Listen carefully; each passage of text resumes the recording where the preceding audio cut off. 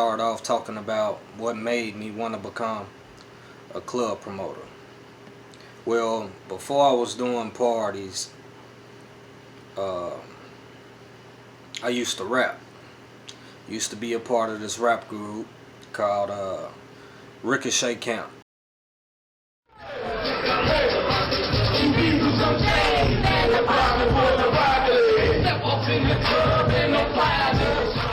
And we was all from Marshalltown. Marshalltown is a neighborhood located in Gary, Indiana.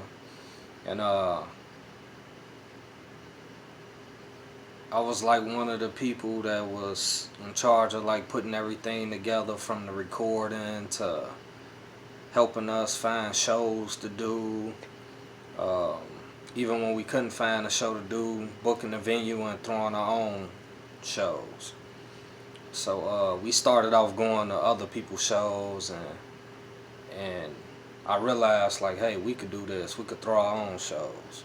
So we started doing our own shows, and once I saw how to book the venue and how to use different tools and strategies to get people to come out to the show, um, that was something that a skill I had developed that was gonna come in handy later down the road, more so to say.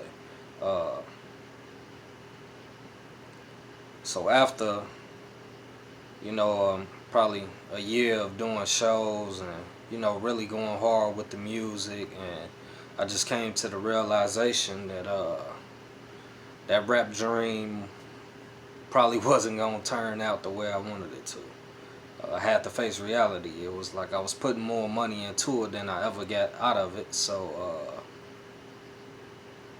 I decided to stop. Well, at that point, it was like, what are you gonna do? Now, mind you, the whole time that I'm rapping, I'm hustling, like in the streets of Gary, doing different little things to get money, stuff like that or whatnot. And I was getting tired of that lifestyle too. I mean, I saw so many people around me, so many people that I knew that was doing the same thing I was doing, start going to jail and like getting hit with some pretty nice time for it. And I was like, nah, that can't be the fate for me. I gotta find something else to do. You know what I'm saying? So one day, me and a good friend of mine, we went out to Chicago to a party. And when I say this line was like the longest line I ever seen, except for when I started throwing parties. But at the time, it was like the longest line I ever seen. We stand in line for like an hour, I want to say. Probably longer than that. And by the time we get to the door, they're like $40 a piece. My friend like, nah, we gonna turn around and leave. I'm looking at the line, and I'm like, nah, we going in. We done waited this long, we finna go in, bro. So we end up going in, and I remember standing in the middle of the club, and the club had to have at least 2,000 people in there. And it was literally packed wall to wall, like you couldn't move, like shoulder to shoulder, like that packed. No celebrity, just a regular party. And I remember sitting there thinking to myself, like, I told my friend, I'm like, man, bro, they charged us $40. They must have charged everybody in here $40. I'm like, it gotta be at least 2,000 people. You do the math on that. 2,000 times 40. They done made way more money than both of us hustling in the streets in one night than we'll make in 1 year. And that probably flew over his head. I don't think he really saw where I was getting at with it. And I'm like, man, we need to do this. So we went back to Gary, and I started trying to find different venues to do parties at, and we threw a bunch of parties to the point that didn't really pan out the way we wanted it to. And then we started leasing this club. Now, mind you, we only like 19, 20 years old at the time. We found the club that wasn't like open, and I ended up knowing the guy that owned it, and we talked to him and proposed him a little deal where he let us come in the door with like literally a little bit of nothing. I mean, we paid rent, but we leased the club out. We had like a 6-month lease, I believe, and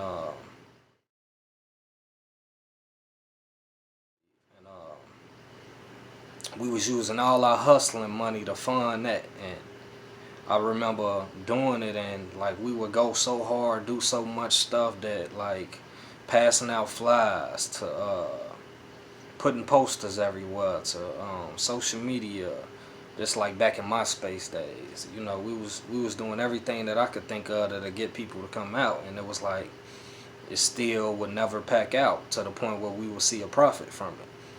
So I was getting a little discouraged, and one day this was like when Google and everything started really taking off, and I Googled the population in Gary, Indiana. And I know the numbers was gonna kind of be off because a lot of people, like, the murder rate so high, people was like dropping off by the hundreds, and other people would leave and take their whole family with them, and you know the population was just steady declining due to the crime rate.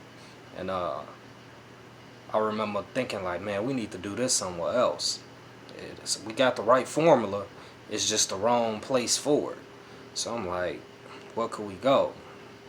Like, we really didn't have the money to relocate like that. So I got to looking at neighboring cities, and I'm thinking small. I'm still thinking Indiana, and looking at their population, and their population probably 20,000 more. So then I had to do the math for the population of the people we was actually trying to get to come to a club, and that number was even smaller. So somebody ended up talking to me one day and was talking about like how busy and how packed Chicago traffic be and all of this, and it dawned on me. I'm like, let me research that. So I looked up the numbers on that, and I'm probably wrong with the exact number, but I remember it being in the millions of people in that age group that we were trying to get to come to the club. And I'm like, we need to do something in Chicago. My friend like, what though? Like, we don't even know where to start. And I'm like, that club that we went to, and it was packed wall to wall. Let's go there. Now, it had been so long since we been. They didn't went through a name change. It was still the same owner, but they went through a name change and ended up shutting down, and was doing remodeling at the time. So I remember going out there, and it was a flyer on the door, and you know, no contact information for the owner or anything like that. So I ended up calling the number on the fly, and I was blowing up the number, and somebody finally answered, which was my homie Cuz. Gotta give him a shout out, Cuz Promotions. He a good dude. I just explained to him who I was, what I was trying to do, and he was like, man, my guy, he like, I'm not the owner. He like, I'm just a promoter. Like, I really can't help you. I was like, well, you probably can help me because I don't know who the owner is. If you could give me her number, or at the time I'm not even knowing it's a woman. I'm thinking it's gonna be a man owner. I'm like, if you could give me the person number, or however I could get in contact with him, that'd be great. He ended up saying he'll take my number and give it to him, and if they give me a call back, then they interested. If not, then that's that. So that was the shot that I was on. I remember praying big and God, like, please let this owner call. And sure enough, a woman calls.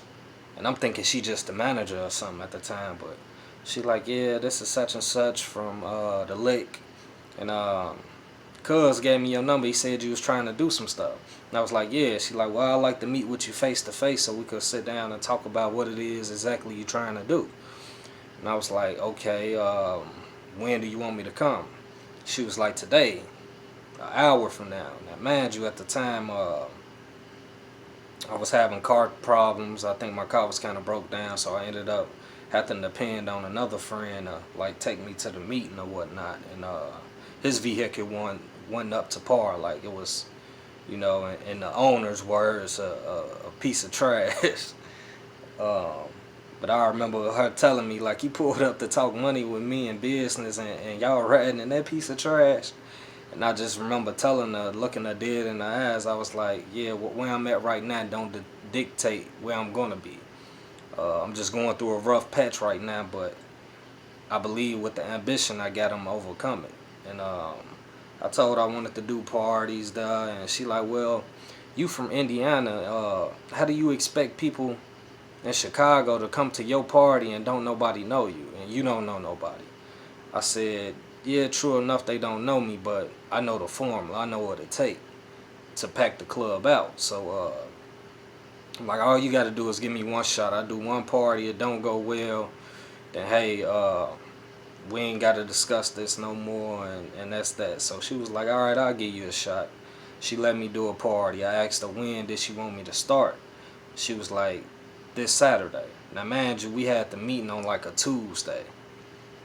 So I'm like, man, that's not enough time. I was hoping like a couple of weeks to be able to really promote it. She like, if you really could do this, you could pull it off within a week's time. But yeah, she's like, I'm gonna give you a shot.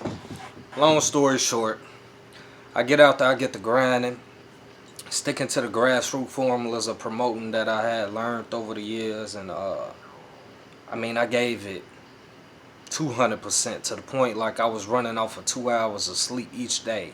I was going out to Chicago, going to different areas. Like Chicago is so big, like there's so much ground to be covered that I probably didn't even have to cover. But I felt like if I overdid it, I couldn't lose. So I remember doing it. Now the club hold about 2,000 people, and the first party that Saturday come, you know, I didn't even know who was gonna DJ. I didn't know a lot of the things that I needed to make it run, so I ended up leaning on her, and she helped me out, got me a DJ, helped me find a sound guy to put speakers in, and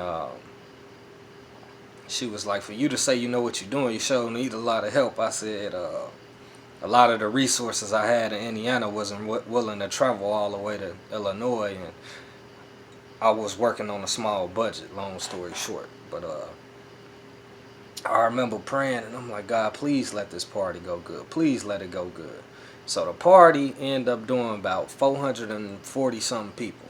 I remember that being like the rough figure head count that we had. And I'm feeling good. I'm like, yeah, I called the middle of the night because she wasn't there. She had somebody there on her behalf or whatnot, just to monitor things. And I called her. I'm like, yeah, I did good. I got 400 and some people in here. Now we doing $10 a head, so it's roughly 4,400 and some dollars that we have made at the door.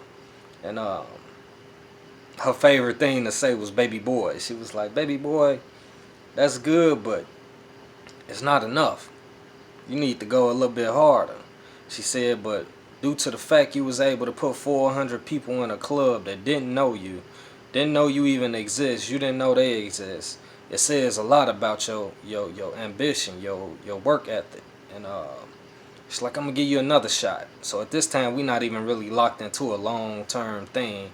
It's just trial and error type situation. So I do the next Saturday. The next Saturday, I hit up to like 500, close to 600 people or whatnot. And I remember saying that still wasn't enough. And I'm like, man, this lady want me to put 2,000 people in here overnight. Like, it's going to take some time. I remember telling her, like, I need a little more time, just a little more time. And she ended up giving me a month at this point. She's like, I'm going to give you a month to increase your numbers. If you can increase your numbers at that point, then we could lock in a contract and go from there. And I remember her linking me up with somebody to help me reach them numbers.